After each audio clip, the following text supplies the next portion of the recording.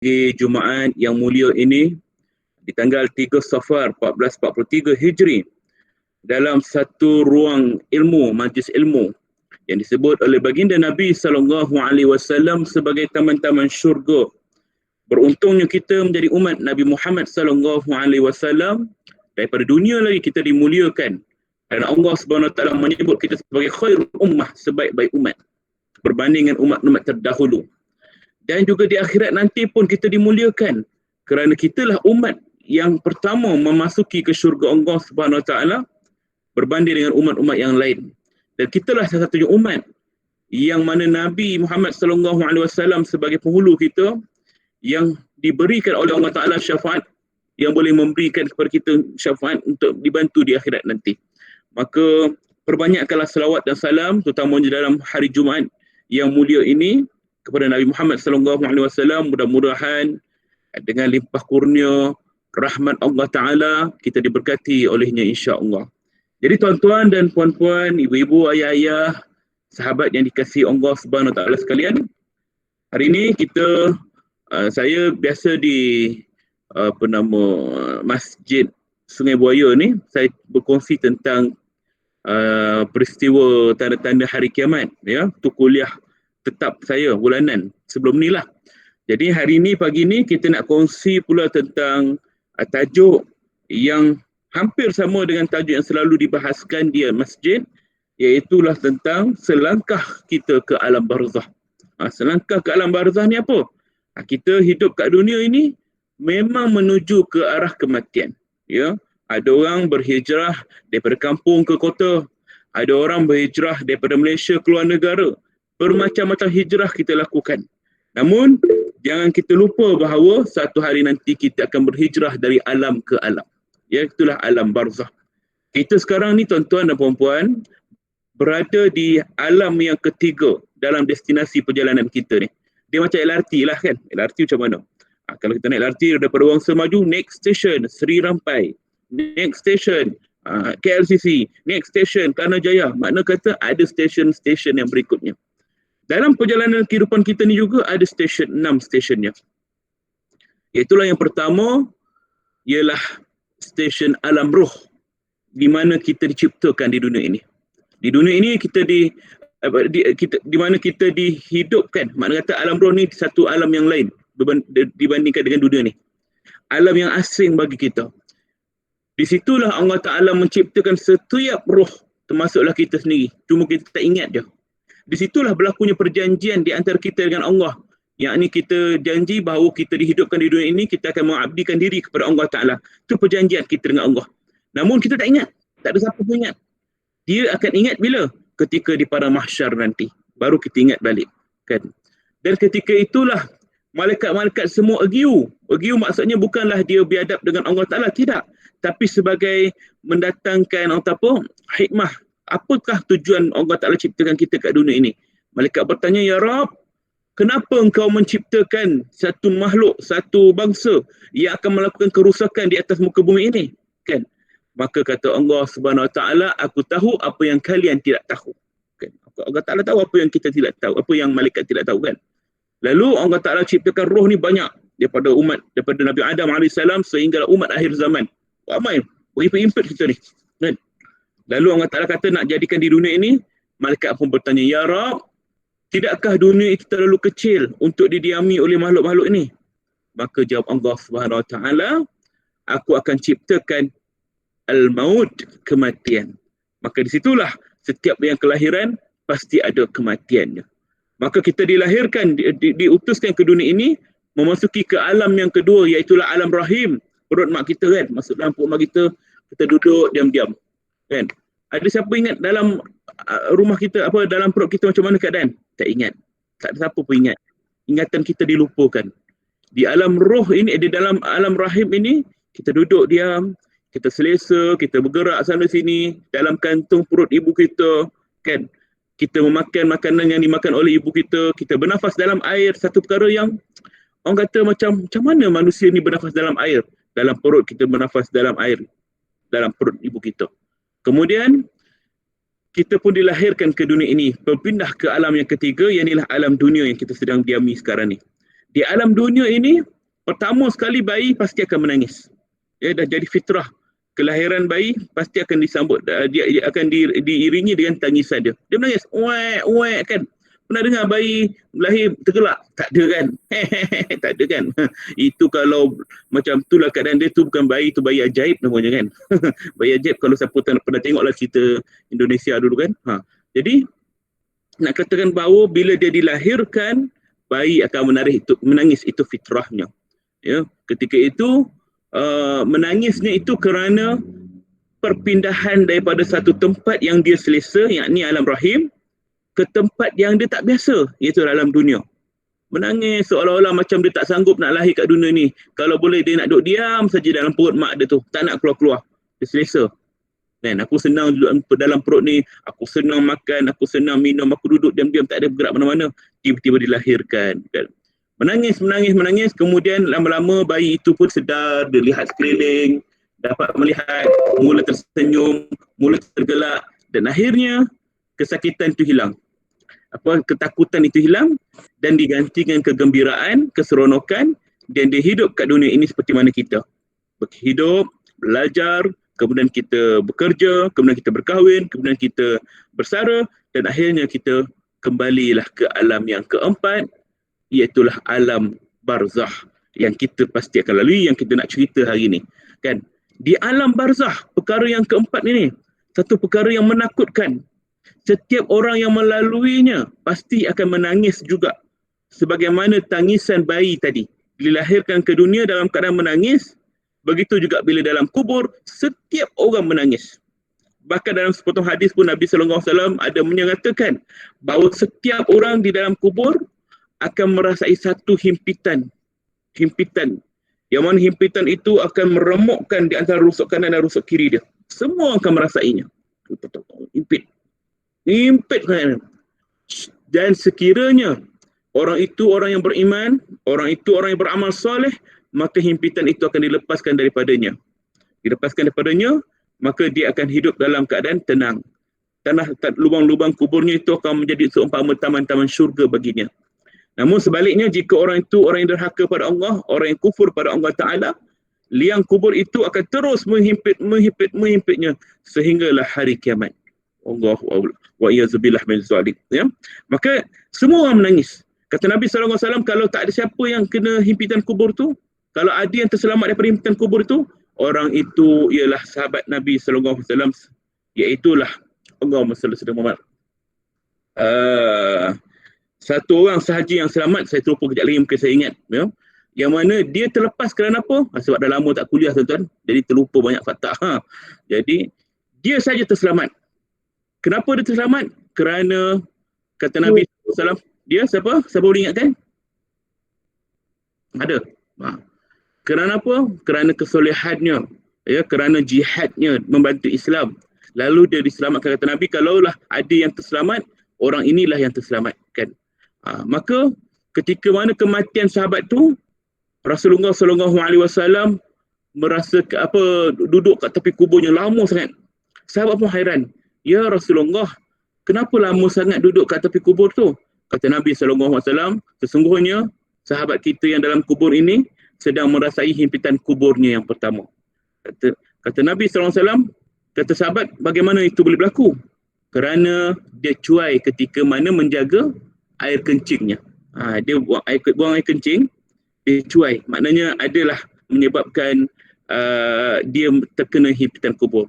Nabi sebut, antara siksaan kubur itu ialah mengadu domba, dan juga yang kedua, tidak menjaga kesucian ketika air kencing. Maka dia kencing, dia tak jaga kesucian betul-betul. Ini Islam menjaga aspek kebersihan itu. Sehingga begitu sekali menjadikan asbab himpitan kubur tadi. Maka itu sahaja sebabnya. Makna kata kalau orang yang Nabi sebut tak akan kena himpitan, dia pun kena himpit, apatah lagi kita ni. Allahu Akbar, kan macam manalah keadaan kita nanti. Kenapa kena himpit? Kerana setiap manusia itu ada kesalahannya. Tak ada orang yang terlepas daripada kesalahan.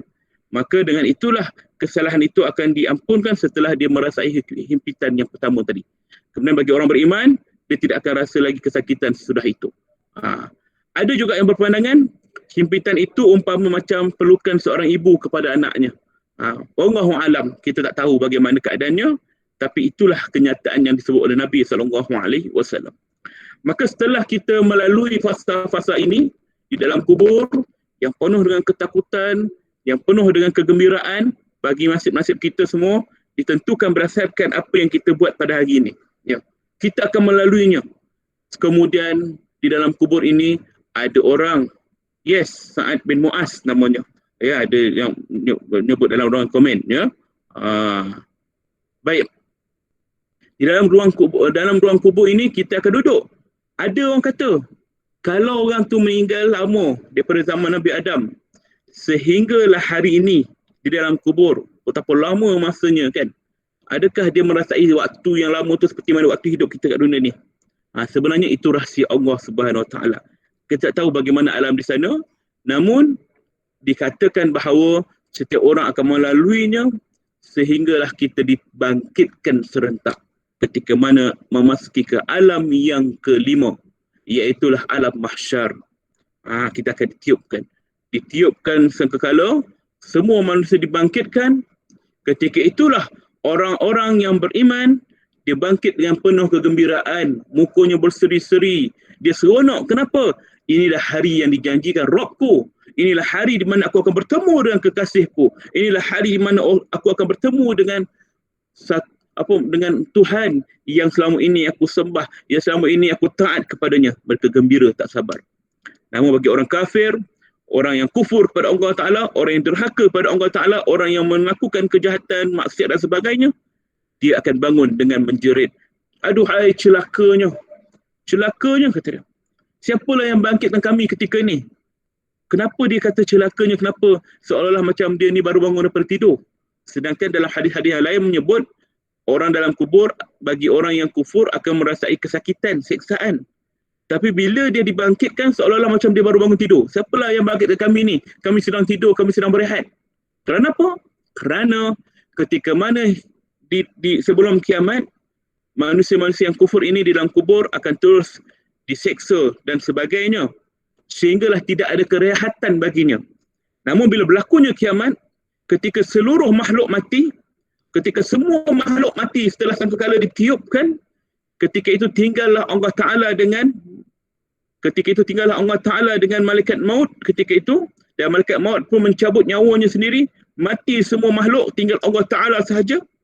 Dan ketika itulah manusia-manusia yang diseksa dalam kubur ini merasakan kerehatan seketika je. Sebelum Allah Ta'ala hidupkan kembali semua makhluknya, ketika itulah mereka rasakan macam baru kami nak berehat, tiba-tiba dah dibangkitkan balik. Begitulah gambarannya. Ya. Dia dibangkitkan semula, ketika itu dalam keadaan bermacam-macam, dihimpunkan di padang mahsyar, berhimpit-himpit. Ada yang dalam keadaan kakinya ke atas, kepalanya di bawah. Ada keadaan yang dalam keadaan dia mengesot-ngesot jalan. Ada yang keadaan mukanya berjalan. Macam mana muka berjalan? Sahabat tanya, ya Rasulullah, macam mana muka berjalan? Kalau kita rasa tangan kita berjalan, kepala terbalik, kaki atas, kita boleh bayangkan macam mana keadaan tu. Tapi Nabi sebut muka berjalan. Muka berjalan. Macam mana ya Rasulullah muka berjalan? Kata Rasulullah SAW, ini adalah kuasa Allah Ta'ala. Dia boleh jadikan apa saja.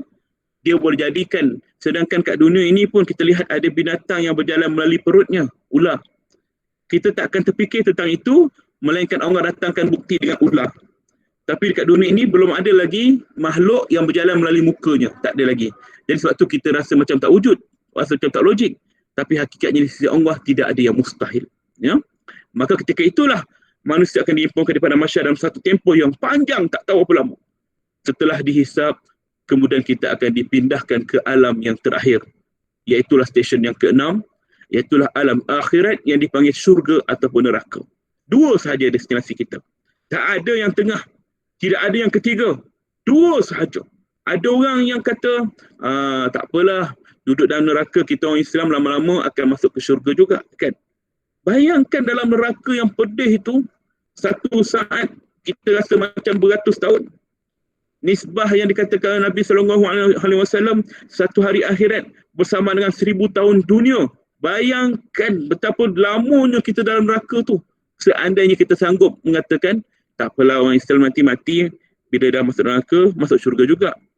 Namun tuan-tuan, masuk kita kat dunia ni pun, Nak pegang api tu lah kan.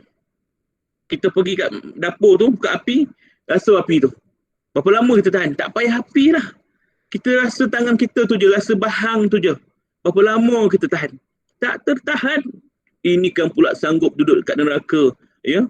Wa iyazubillah min zalik. Minta jauh walaupun sedetik dalam neraka. Kerana ada satu hadis kursi menyebut bahawa satu orang makhluk, satu orang manusia yang mana Allah Ta'ala mengambilnya daripada dunia, yang hidupnya dengan penuh kemewahan, hidupnya penuh dengan kegembiraan, penuh dengan segala-galanya, diambil, kemudian dimasukkan ke dalam neraka. Sedetik saja, secelup saja dalam hadis kata, secelup saja. Lalu dikeluarkan, ditanya kepadanya, wahai manusia, apakah di waktu kat dunia dahulu kamu pernah merasa gembira? Kamu pernah merasa bahagia? Lalu apa jawab dia? Wallahi, aku tak pernah rasa gembira, melainkan hanya penderitaan, melainkan hanya kesakitan. Bayangkan, sedetik hidup dalam neraka menghapuskan segala kenangannya ketika hidup di dunia ini yang penuh kegembiraan. Itulah dahsyatnya neraka. Berbanding dengan syurga, ya, satu makhluk lagi, satu hamba Allah Ta'ala lagi, diambil daripada dunia yang mana hidupnya penuh dengan kesusahan, keperitan, kesakitan, dimasuk ke dalam syurga sedetik saja. Lalu dikeluarkan, ditanya padanya, wahai hambaku, adakah kamu pernah merasa kesakitan, penderitaan ketika hidup di dunia dahulu? Lalu dia jawab, wallahi aku tak pernah rasa derita, melainkan kegembiraan sahaja. Maka inilah bagi orang-orang yang beriman, segala kesulitan, penderitaan dia kat dunia dahulu, semuanya luput kerana keindahan syurga. Allahu Akbar. Ini dia tuan-tuan ya. Orang dalam syurga itulah kita akan duduk selama-lamanya. Begitu juga dalam neraka, orang kafir akan duduk selama-lamanya. Orang bertanya, selama-lamanya ni macam mana? Adakah 100 tahun? Adakah 1000 tahun? Adakah 10,000 tahun? Adakah 1,000,000 tahun? Tidak. Tidak ada kesudahannya. Abadah, selama-lamanya. Jadi itulah di antara perkara yang kita akan lalui 6 tadi. Berbalik kepada tadi, kita melalui selangkah ke alam barzakh. Kita sedang melaluinya. Apakah persiapan kita? Ya, persiapan kita dari sudut amalan kita, persiapan kita untuk meninggalkan keluarga kita. Ini yang perlu kita fikirkan, tuan-tuan ya. Baik, kita buka tentang persoalan ketika mana berhadapan dengan orang yang sedang nazak ni. Kita cerita dahulu orang yang nazak ini bagaimana, ya.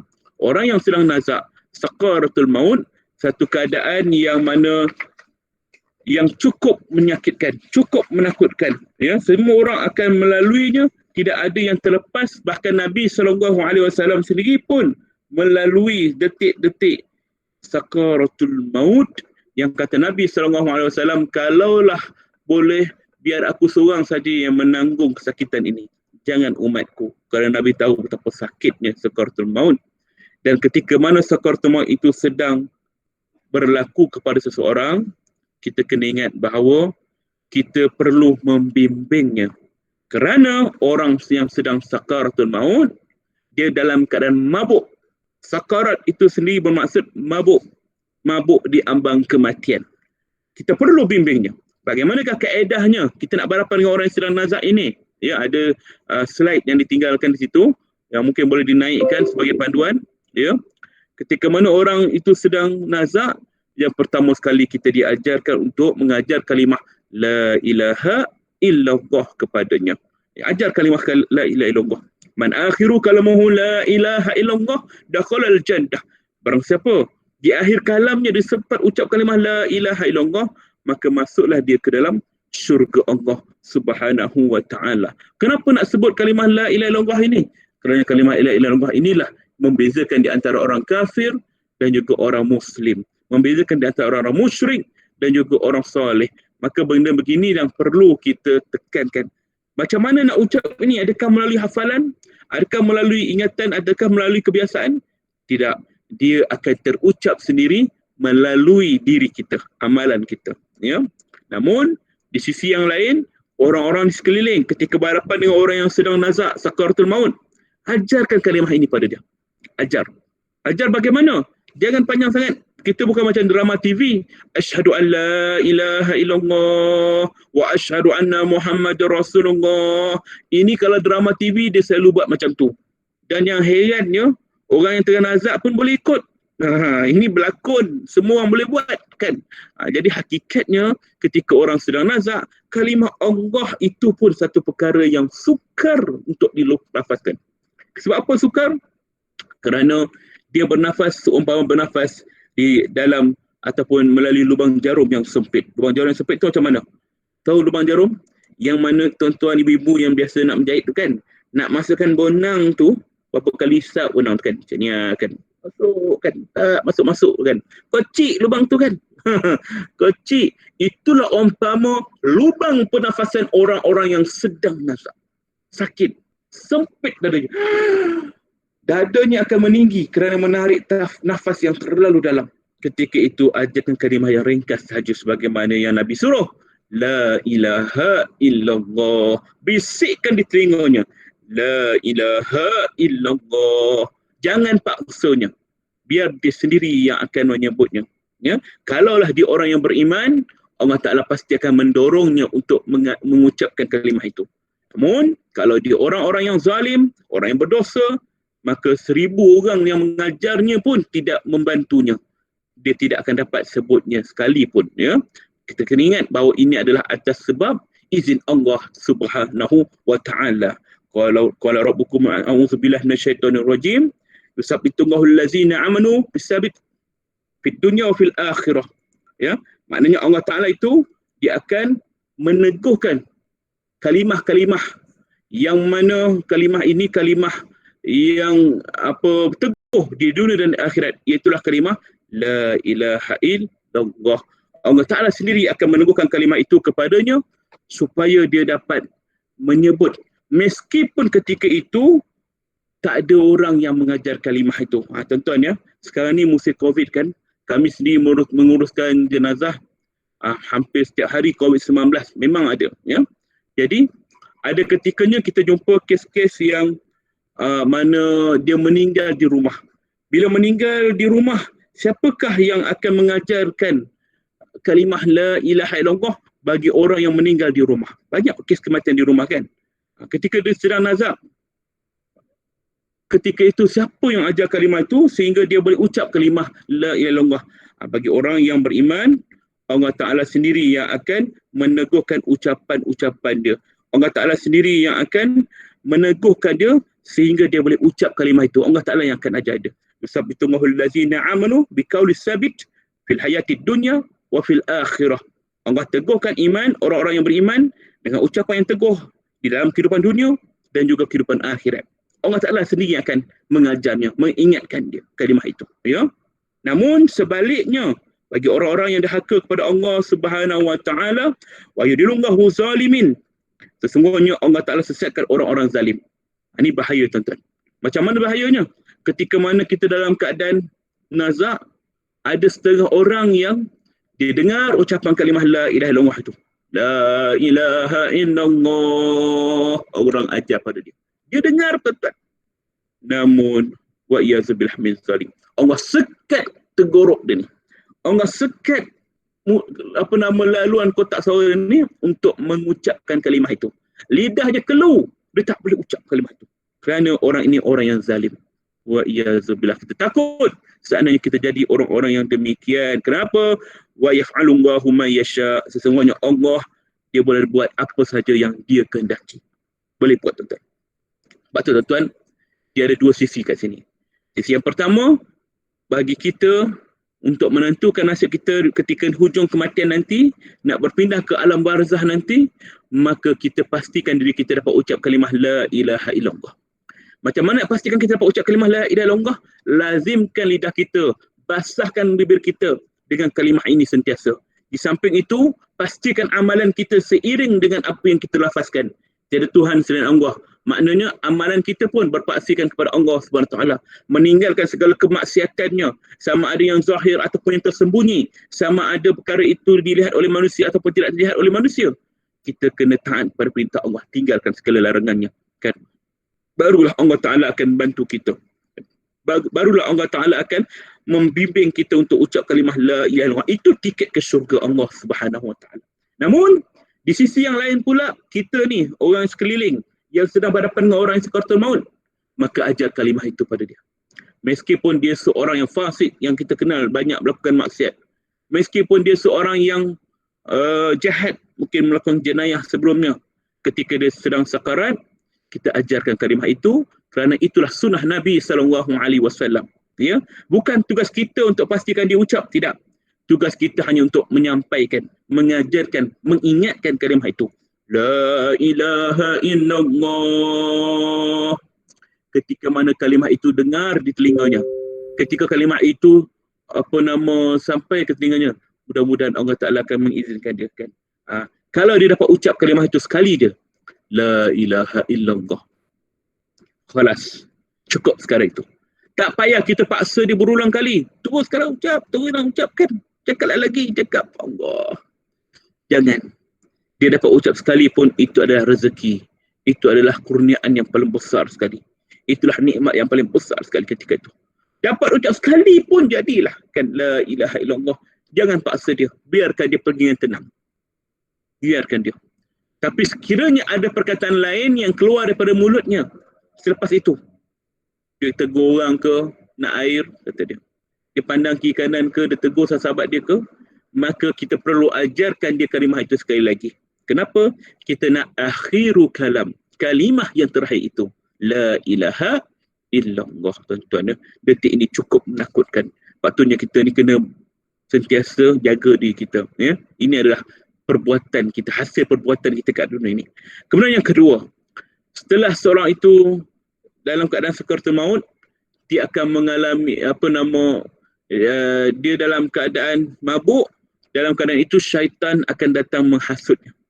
Syaitan akan datang menghampirinya untuk menyesatkan anak Adam ini. Ini janji syaitan kepada Allah SWT. Dia minta panjang umur sehingga hari kiamat kerana dia nak menyesatkan Bani Adam, anak Adam. Ya, kita lah. Ketika mana di hujung usia kita, ketika itulah kita akan diuji dengan bermacam-macam. Ketika itulah orang sekeliling perlu membantunya dengan macam mana bacakan ayat-ayat suci Al-Quran. Antara ayat suci Al-Quran yang boleh kita bacakan ialah ayatul Yasin. Bacakan di sisinya. Ya, kita bacakan, tidak kiralah sama ada kita baca berjemaah atau bersendirian, pastikan ada yang membacanya. Dan jangan hanya letakkan kaset ataupun radio ataupun telefon yang ada rakaman surah Yasin tu di sisi mayat. Boleh, tak ada masalah. Tapi pastikan kita juga membacanya. Kita nakkan pahala bacaan itu. Kita nakkan hikmah bacaan itu. Bukan sekadar rakaman semata-mata. Ya? Maka kita bimbing dia, biarkan dia tenang agar syaitan-syaitan pun tak mampu nak mengganggunya dengan bacaan ayat suci Al-Quran tadi. Dan seandainya kita ni tak sempat nak baca ayat yang panjang, surah yang panjang, amalkan sunnah Siti Aisyah radhiyallahu anha ketika Rasulullah SAW dalam keadaan sakarat. Aisyah radhiyallahu anha membacakan 2 surah kepada Rasulullah. Surah inilah dikatakan ruqyah, iaitulah Qul a'udzu birabbil falaq dan Qul a'udzu birabbin nas. 2 surah ini, Al-Falaq dan An-Nas. Terbacakan kepada orang yang sedang nazak ini. Mudah-mudahan dia akan diberikan oleh Allah Ta'ala kesempatan, ketenangan, ya, untuk mengingati Allah Ta'ala, menghindarkan diri daripada gangguan jin dan syaitan tadi. Kan? Ini antaranya yang meringankan kesakitan sakarat dia tadi. Dan yang ketiga, ketika berhadapan dengan orang yang nazak ini, dia akan menginginkan sesuatu yang kadang-kadang agak berat bagi kita untuk tunaikan. Apa-apa sajalah hajat terakhir dia. Maka tunaikanlah hajat itu selagi mana kita mampu untuk tunaikan. Dia nak apa? Nak air.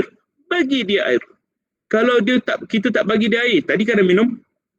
Ataupun alasan kita, tak boleh, doktor kata tak boleh minum. Baru mak ni masuk ke air. Tak boleh nak minum-minum dah kan. Nanti sekarang tersumbat, susah.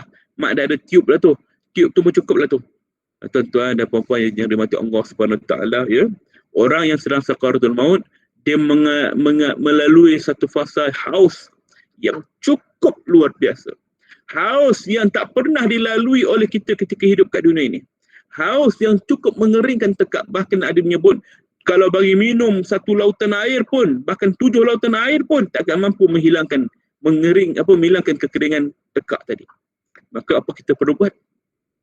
Kita tunaikan hajat dia, maka tak perlu kita meletakkan 1 botol air, tersumbat dalam mulut dia, gok, tak perlu. hanya ambilkan satu sudu, kita suapkan, dipasahkan bibirnya. Selawat Allahumma salli ala Sayyidina Muhammad. Kita suap. Ini kaedah. Suap agar air itu lalu ditekaknya. Ya. Kita masih lagi mematuhi arahan doktor. Sekiranya doktor tak bagi dia minum, tak bagi makan, pesakit ni kena puasa dan sebagainya. Tapi kita hanya sekadar membasahkan tekaknya saja. Kali tidak jadi masalah. Bagi dia. Ini antara perkara yang boleh kita buat. Basahkan bibirnya yang kering ni. Ya. Jangan dibiarkan dia begitu. Kerana apa? Kita bimbang. Seandainya kita tidak membantunya, tidak memberinya minum, bimbang-bimbang, syaitan akan memberikan hajat itu. Syaitan akan tunaikan hajat tu. Syaitan ni akan menyerupai orang. Dia akan menyerupai arwah mak dia ke, arwah ayah dia ke, sesiapa saja yang ada, dia akan datang. Ingat tak? Ini ibu kau. Kau ingat lagi tak ni mak ni, mak? Kau ingat tak mak ni? Mak dia kan dah lama meninggal. Ya, mak datang daripada syurga. Mak nak datang nak bawa engkau ke syurga. Padahal itu adalah syaitan yang menyamar. Syaitan menyamar. Mak tahu engkau haus. Ni air mak bawa daripada syurga. Tolong bantu saya mak. Macam mana saya nak keluar daripada kesakitan ni. Bawa saya ke syurga mak. Boleh. Tapi kau kena mengakui bahawa Islam bukan agama engkau. Kau kena keluar daripada agama ni. Kau kena mengaku bahawa Allah bukan Tuhan kita. Wa iyazubillah min zalik. Maka syaitan akan mengumpan dalam keadaan manusia itu dalam keadaan sempit, tertekan dan sebagainya. Bagi orang yang kufur pada Allah Ta'ala wa iyazubillah. Bagi orang yang kurang amalnya. Bagi orang yang imannya lemah ketika hidup kat dunia ni. Allahu Akbar. Takut-takut dia jatuh jadi kufur ketika mana dia menurut kata-kata syaitan tadi. Bagilah saya air. Saya keluar daripada Islam. Allah tuan-tuan. Ini yang kita takutkan. Final destination kita nanti. Destinasi terakhir kita nanti. Ketika mana kita di hujung dunia ni, nak mati dah ni. Tiba-tiba kita keluar daripada agama Allah SWT. Ini yang paling kita takutkan. Ini yang paling kita ratapkan. Ya Allah, jangan kau matikan aku, ya Allah, tanpa menyebut kalimah la ilaha illallah. Jangan kau matikan kami, ya Allah, dalam keadaan su'ul khatimah. Jangan, ya Allah. Kita takutkan. Ketika mana dia kalau dia orang yang beriman, dia akan mengatakan, tidak, aku kekal dengan imanku. Aku kekal dengan Allah, Rabbku. Maka inilah orang yang diselamatkan oleh Allah Subhanahu Wa Taala. Macam mana caranya ni? Bergantung kepada amalan kita hidup kat dunia, tuan-tuan ya. Sebab itulah kita perlukan bantuan orang sekeliling juga dengan mengajarkan, mengingatkan kalimah la ilaha illallah, dengan membacakan ayat-ayat suci Al-Quran, dengan memberikan apa saja hajat yang kita perlukan. Ini perkara yang perlu kita fokus sekarang ini. Tuan-tuan dan puan-puan yang dirahmati Allah Subhanahu Wa Taala sekalian ya.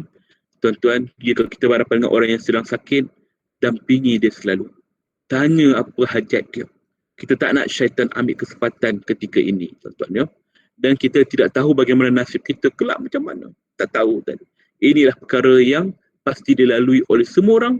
Kullu nafsin za'iqatul maut. Setiap yang hidup pasti akan merasai mati. Kematian tidak ada syaratnya. Tak kira tua ataupun muda. Orang tua banyak yang meninggal. Muda sekarang pun ramai yang mati. Mati kerana sakit COVID, mati kerana aksiden, mati kerana dibunuh, mati kerana penyakit. Mati juga bukan kerana keadaan kita ni kaya ataupun miskin. Orang kaya panjang umur tidak, mati juga sebab tu. Orang miskin pun meninggal juga. Bukan kerana pangkat kita tinggi ataupun rendah. Oh, dia ni tinggi lah pangkat dia ni kan bos. Orang selalu doakan dia panjang umur. Tidak juga. Kalau Allah Ta'ala takdirkan dia mati awal juga. Begitu juga orang yang pangkat rendah. Tidak kira sama ada kita sihat ataupun sakit. Oh, sihat jadi ni. Banyak orang sihat yang tiba-tiba mati. Mengejut. Banyak orang sihat yang mati aksiden. Banyak orang sihat yang mati tanpa sebab. Tiba-tiba jatuh mati. Tiba-tiba declare sakit jantung. Banyak orang sihat yang mati sebab sekarang ni COVID. Banyak juga orang yang sakit meninggal dunia. Tidak kira sama ada kita bersedia ataupun tidak. Bersedialah kita kan. Kita berzikir, amal soleh dan sebagainya. Panjang pula umur. Sampai 100 tahun hidup. Orang yang tak bersedia ni. Tiba-tiba pula dia tak bersedia. Apalah, muda lagi. Nanti tua, nanti taubatlah. Allah Ta'ala ambil dia pula dulu. Maka ini semua adalah rahsia Allah. Kerana mati itu tidak bersyarat. Tapi syaratnya ada saja. Satu saja. Apa dia? Hidup. Setiap yang hidup pasti akan mati. Inilah kita, hakikat kita, tuan-tuan dan puan-puan. yang dirahmati Allah Subhanahu Wa Taala sekaliannya, maka kita berpindah ke alam yang selanjutnya. Itulah pertama kali kita akan sedar bahawa hidup di dunia ini hanya tipu daya saja. Itulah pertama kali kita sedar bahawa kita tersedar daripada tidur. Ya Rab, aku baru sedar sekarang ni. Kita umpama tidur saja sekarang ni kat dunia. Di dalam kubur baru kita terjaga melihat ke apa saja yang kita buat kat dunia ini dibentukkan dalam bentuk yang boleh kita pegang, boleh kita nikmat. Ketika itulah kita akan meratap. Ya Rab, kembalikan aku ke dunia, Ya Rab. Orang-orang kufur, orang-orang yang merasai kesakitan dalam kubur, dia akan menjerit, Ya Rab, kembalikan aku ke dunia, Ya Allah. Rabbi rji'un, kata dia. Kembalikan aku ke dunia, Ya Rab. Kembalikan, Ya Rab. Kenapa? Kerana aku nak beramal soleh atas perkara yang dulu aku tinggalkan. Aku nak beramal soleh atas perkara yang dulu aku tinggalkan. Yang dulu aku lupakan, yang dulu aku lewatkan. La'alli a'malu salihan fi ma tara. Perkara-perkara yang dulu aku tinggalkan, aku nak buat sekarang, Ya Rab. Ahli kubur, tuan-tuan, jika diberikan masa seminit duduk kat dunia ini, apa yang kau nak buat? Tanya pada ahli kubur. Apa jawab dia? Aku nak beribadah kepada Tuhanku. Dia tak nak kembali kepada keluarga dia. Dia tak nak tengok hasil kebun dia. Dia tak pedulikan kucing-kucing yang dibela. Dia tak pedulikan apa tanah yang ditinggalkan. Dia tak pedulikan perusahaan dia, syarikat company-nya. Tak peduli dah. Kerana ketika itu nak beramal soleh atau perkara yang tinggal dulu. Fima tara. Perkara yang dulu aku tinggalkan. Aku nak bangun sekarang, Ya Rab. Khalifah Umar Abdul Aziz ketika mana dia sedang menunggang untanya, kudanya, melalui satu kawasan tanah kubur. Ketika itu dia turun daripada kuburnya, daripada kudanya, pergi ke tepi kubur, lalu dia menunaikan solat sunat. Solat sunat 2 rakaat. Kemudian dia pergi. Sahabat pun hairan. Wahai Khalifah, apa yang sedang kau lakukan ni? Kenapa solat 2 rakaat di sini? Apa jawab dia? Aku sedang melakukan sesuatu perkara yang tak mampu dilakukan oleh ahli kubur. Maknanya 2 rakaat. Kerana apa? Ulama terdahulu, salafus soleh terdahulu, mereka memandang kubur dengan pandangan-pandangan akhirat. Dengan pandangan memandangkan dirinya seolah-olah dia ditempatkan dalam kubur. Sedangkan kita hari ini, tuan-tuan dan puan-puan dan Allah sekalian, bila tengok kubur, seolah-olah kubur tu jauh dengan kita. Seolah-olah kita lambat lagi masuk ke dalamnya. Seolah-olah kita rasa macam ini bukan tempat kita lagi. Tapi kita tak tahu.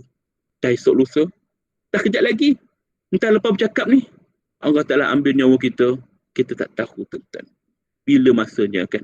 Sebab tu kita kena guna setiap detik hela nafas kita ni. Hela nafas yang sangat dicemburui oleh ahli kubur. Setiap nafas ini dicemburui oleh ahli kubur.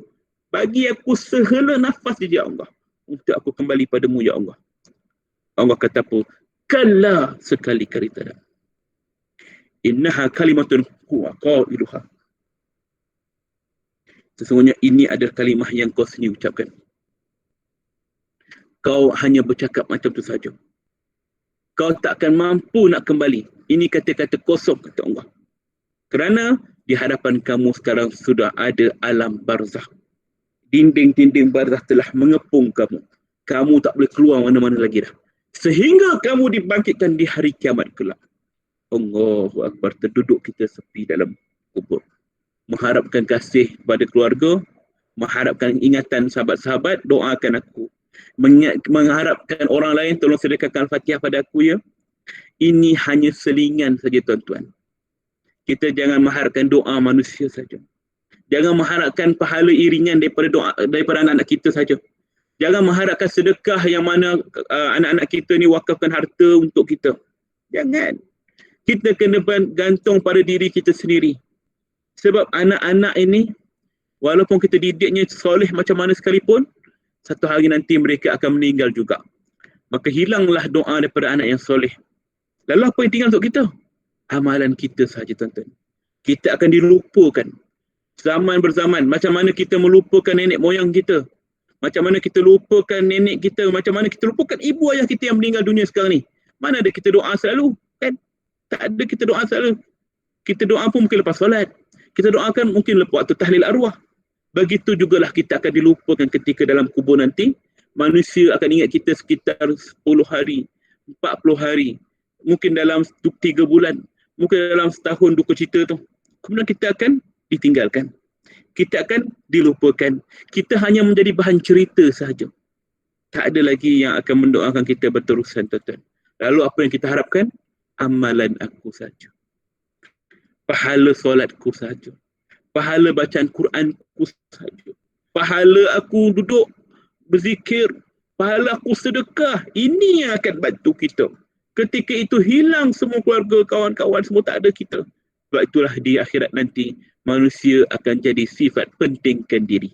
Nafsi, nafsi. Aku dengan diriku. Aku tak peduli orang lain dah. Sebab waktu aku dalam kubur, tak ada orang pedulikan aku pun. Ni aku dekat padang mahsyar ni, orang-orang yang keliling aku ni semua pernah hidup ketika aku mati. Sekarang pun di dalam padang mahsyar, mereka tak pedulikan aku pun. Maka hari ni aku tak peduli sesiapa pun. Nafsi, nafsi. Aku dengan diriku. Lantaklah orang lain kan. Inilah manusia. Dia tak berbicara dah tentang dosa manusia.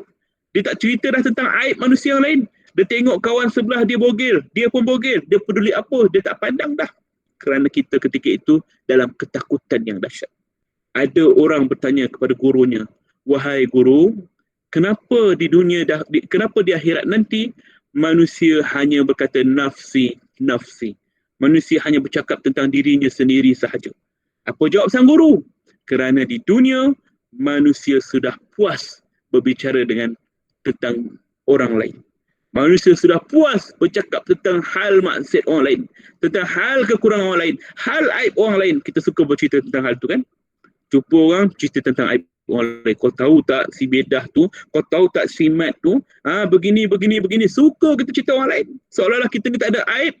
Kalaulah dosa aib kita ini Allah Ta'ala buka, dedahkan, Allahu Akbar, lagi busuk daripada bangkai. Allah tutup aib kita. Kita pula pergi buka aib orang lain. Barang siapa yang mendedahkan aib saudaranya ketika di dunia, Allah akan buka aibnya ketika di mahsyar. Allahu Akbar. Ketika kita rasa macam selamat kat dunia ni, tak ada siapa tahu dosa kita, nampak macam warak di luar, kita pakai jubah, pakai serban macam ni kan. Allah, rupanya kat rumah kita ni macam ni, rupanya dalam hati kita penuh dengan hasad, rupanya hati kita penuh dengan mazmumah. Ketika di padang mahsyar, Allah dedahkan semua peribadi kita. Dedahkan hati kita. Apa yang sebenarnya hakikat hidup kita dunia ni? Malu bukan kepalang. Ya Allah, cukup. Ya Allah, cukup. Maka orang begini, Allah selamatkan sekiranya di dunia, dia tutup aib saudaranya. Tutup aib. Jangan cerita. Dengar orang cerita, diam. Jangan dipanjangkan lagi. Kita tak perlu kita nak menjadi sebahagian daripada orang-orang yang menyebarkan umpatan itu. Orang-orang yang menyebarkan fitnah. Tetapi tuan-tuan, ini zaman kita diuji teruk. Zaman fitnah. Telefon, media sosial, WhatsApp, Facebook, IG, apa saja medium yang kita ada, mudah untuk kita sebarkan. Sibuk masing-masing nak menjatuhkan antara satu sama lain. Seolah-olah memikirkan kita besok selamat kat sana. Belum betul. Ulama dahulu menangis setiap hari mengenangkan nasibnya di akhirat. Kita hari ini menangis kerana perkara dunia. Tuan-tuan ya, ini yang kita nak bawa hari ini. Kita tahu dengan macam-macam fitnah akhir zaman, dengan macam-macam bala, kita panggil bala, musibah yang Allah Ta'ala uji kita kat dunia ni, dengan COVID-19, dengan apa sahaja ujian sekarang ni pula, ada pula cube ice di utara sana tu dah mula mencair, dengan perubahan global, perubahan cuaca dan sebagainya, perkara-perkara yang kita tak pernah nampak dulu sekarang ni berlaku. Inilah tanda-tanda kita di hujung-hujungnya. Maka kembalilah pada Allah Ta'ala. Kita masih belum terlewat. Dua perkara yang masih kita belum lalui, maka selagi belum melepasi dua ini, maka kita masih lagi selamat. Iaitulah yang pertama, kita belum melalui hari kiamat. Selagi matahari tak terbit daripada barat, selagi itu kita masih boleh bertaubat kembali pada Allah. Yang kedua, selagi nyawa tak sampai di gorgorah, di gorgorah ni, selagi tak sampai gorgorah, kita masih sempat untuk bertaubat. Maka kitalah saya pesan daripada diri saya sendiri lah. Pada tuan-tuan semua, pendengar, untuk kita betul-betul ingat tujuan hidup kat dunia ini. Bukan untuk mengumpul harta dunia semata-mata, tapi hakikinya kita nak kembali pada Allah sebagaimana apa yang kita janjikan di hadapan Allah di alam roh, tapi kita terlupa akannya dan di akhirat nanti kita akan diingatkan balik. Dulu kamu berjanji kamu akan taat, bila hidup kamu pula melakukan maksiat, maka Allah Ta'ala akan mengingatkan kita. Ketika itulah penyesalan akan ditimbulkan. Tuan-tuan dan puan-puan untuk Allah SWT, itulah sebahagian daripada apa yang dapat saya kongsikan tentang tajuk selangkah ke alam barzah.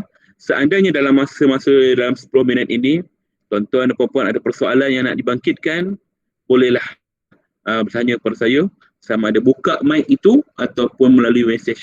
Itu insya-Allah dipersilakan.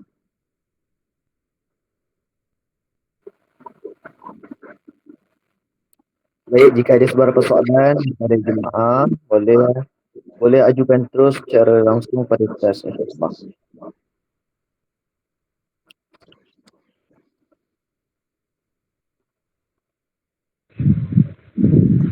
Ustaz. Waalaikumsalam warahmatullahi wabarakatuh. Ya, Ustaz kan nak tanya, kebanyakan ada amalan-amalan macam kita nampak dah ni pesakit tu tengah nazak kan. Lepas tu ada saudara-saudara berkumpul.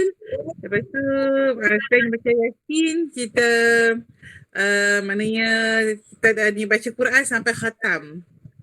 Jadi adakah amalan tersebut sunnah Nabi dan juga dapat membantu pesakit tu menghadapi sakaratul maut? Okay, baik. Terima kasih Puan Rosmin. Sebagaimana yang saya terangkan di awal tadi, bacaan ayat Quran yang kita bacakan pada si mati, dia akan dapat dua perkara. Pertama, tentulah ganjaran pahala bacanya, insya-Allah. Yang kedua, mudah-mudahan dengan bacaan Quran ini menjadi pendinding antara gangguan syaitan dengan kepada orang yang sedang nazak ni. Pendinding. Memberikan ketenangan. Ayat Quran ni tenang. Asyifa. Memberikan kesembuhan. Maka kita niatkan begitu, baca. Dan juga mengelakkan daripada perbualan kosong. Biasa orang sakit ni, orang datang ziarah, mula-mula tengok sakit, menangis. Lepas tu dia akan doa. Kemudian dia baca Quran. Dan sesudah daripada itu, mereka bersembang di luar. Maka perkara ini sia-sia, tak membantu pun orang yang sedang nazak ni. Maka kita kumpulkan adik-adik, keluarga semua, daripada bersembang tu, marilah kita bergilir baca Quran. InsyaAllah memberi manfaat kepada dia. Kita sangat perlukannya bila kita melaluinya nanti. Jadi mereka juga, yang ni orang yang nazak ni pun perlukan juga daripada kita. Maka sama-samalah kita buat supaya nanti bila kita mati nanti, orang-orang sekeliling pun akan buat macam tu juga pada kita. Wallahu a'lam. Soalan lain? Ada di mesej tu. Oh, mesej ada? Oh, ya. Baik. Tentang taman syurga di alam barzah. Yang kedua, kalau kita berwakaf di masjid atau surau, betulkah pahala itu hanya mengalir sepanjang penggunaan saja atau pahala itu terus mengalir berdasarkan niat wakaf kita? Baik. Saya jawab soalan yang kedua dulu.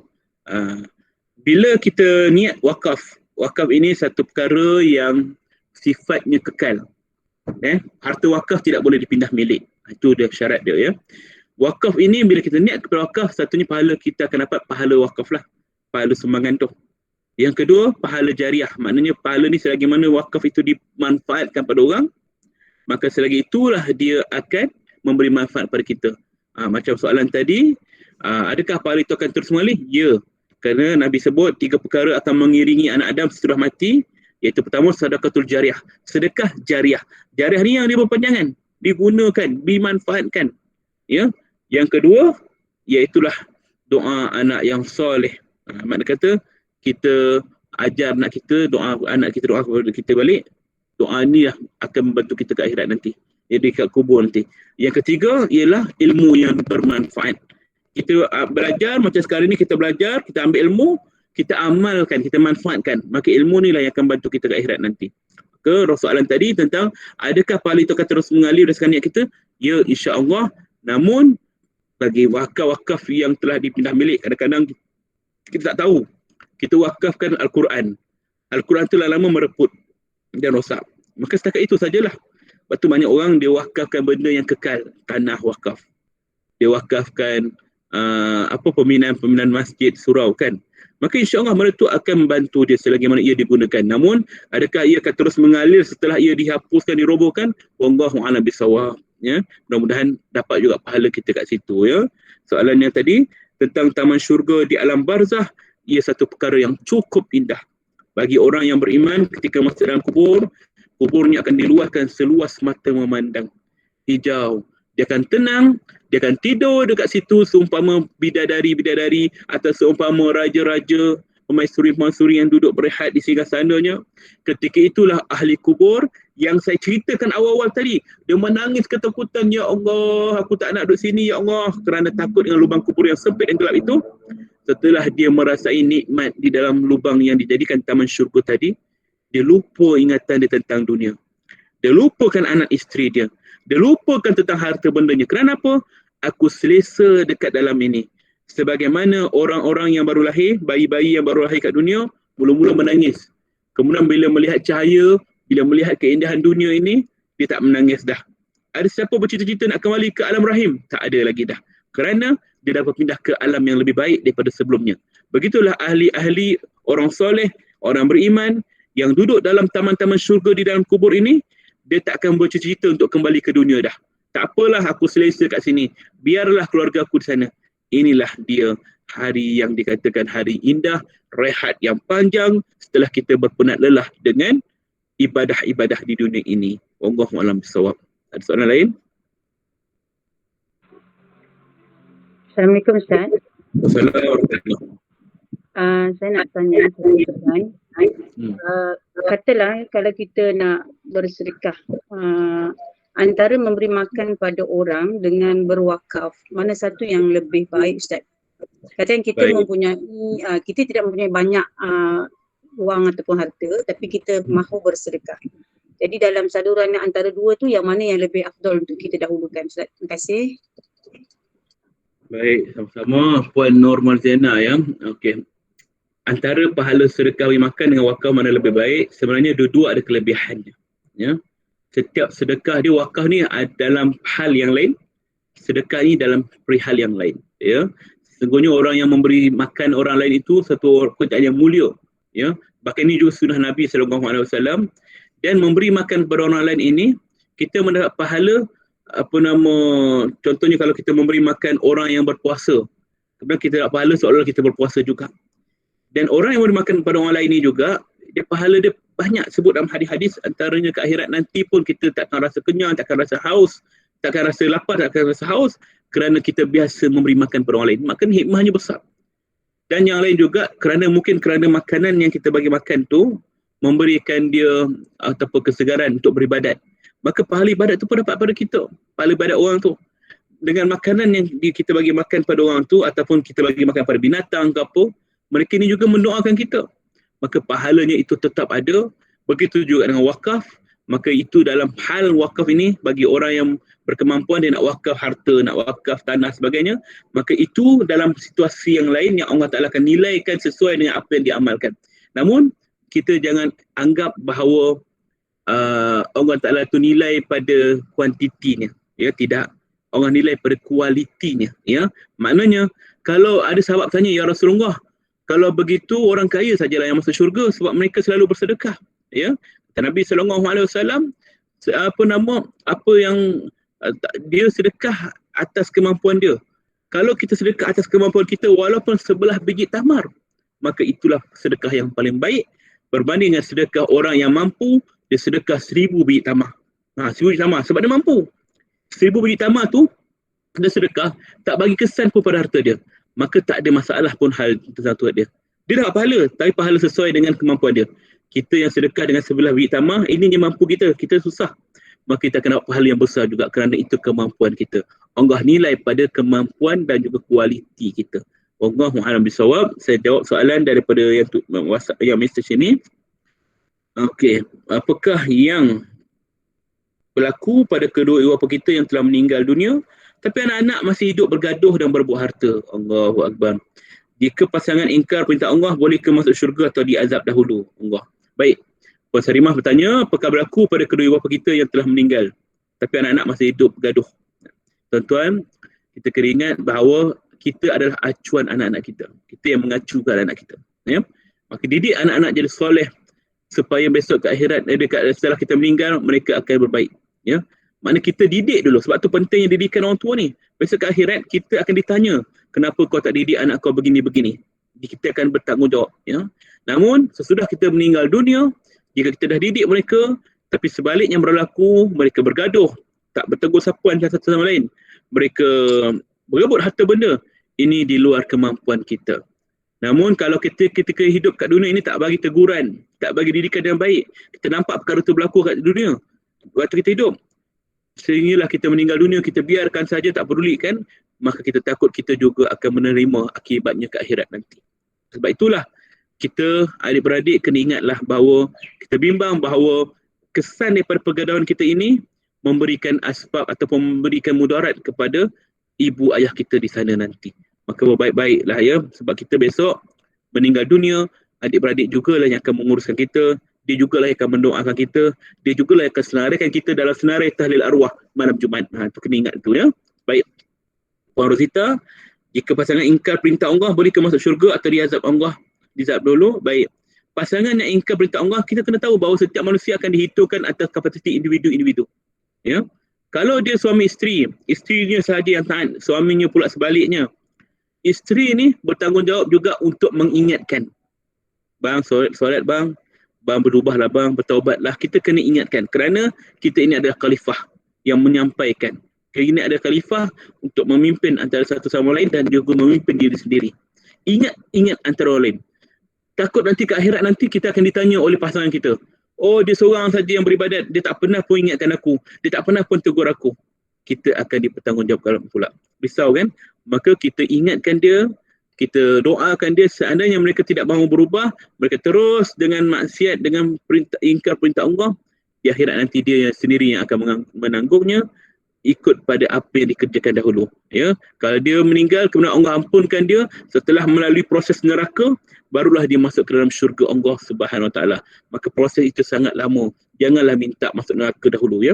Terus masuk ke syurga. Itulah impian kita. Wallahu a'lam. Soalan lain? Saya ingat mungkin satu soalan lagi sebelum akhir.